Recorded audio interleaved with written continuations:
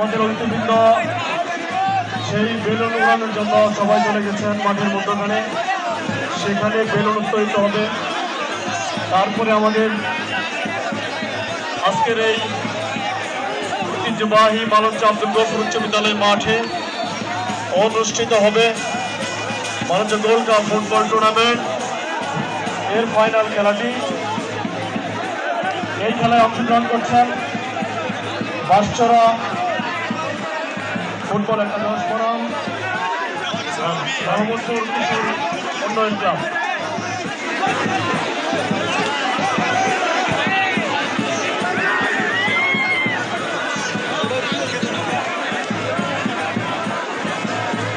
হারানো বিষয়টি আব্দুর রহিম নামের একটি 5 বছরের ছেলে, ওকে খুঁজে পাওয়া যাচ্ছে না।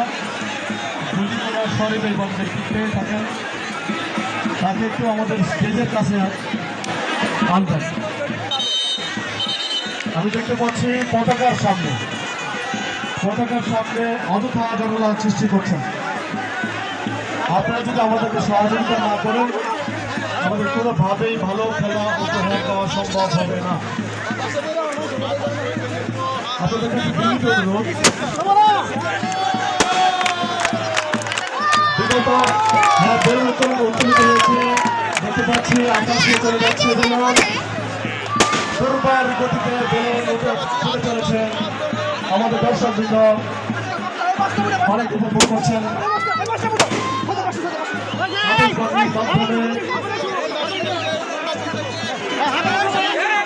বল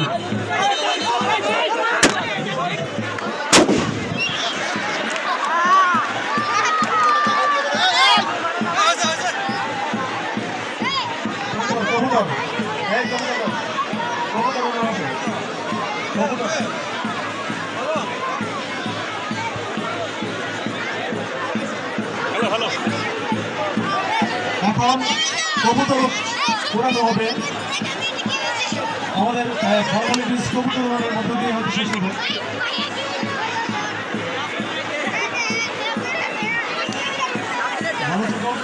পরিচালনা কমিটির পক্ষ থেকে সকলকে সাদরে আমন্ত্রণ। আজকে এই খেলাটি দীর্ঘদিনের প্রতীক্ষিত একটি খেলা। 2025 সালে আমরা এই খেলা শুরু করেছিলাম। বিগত 14টি খেলা শেষ করেছি, আপনারা সহযোগিতা করেছেন। কানায় কানায় দর্শক পরিপূর্ণ ছিল ইতিমধ্যে দেখতে পাচ্ছি। আজকেও অসংখ্য দর্শক মাঠের চারপাশে কানায় কানায় পরিপূর্ণ। আপনাদের কাছে আমাদের বিনীত আহ্বান,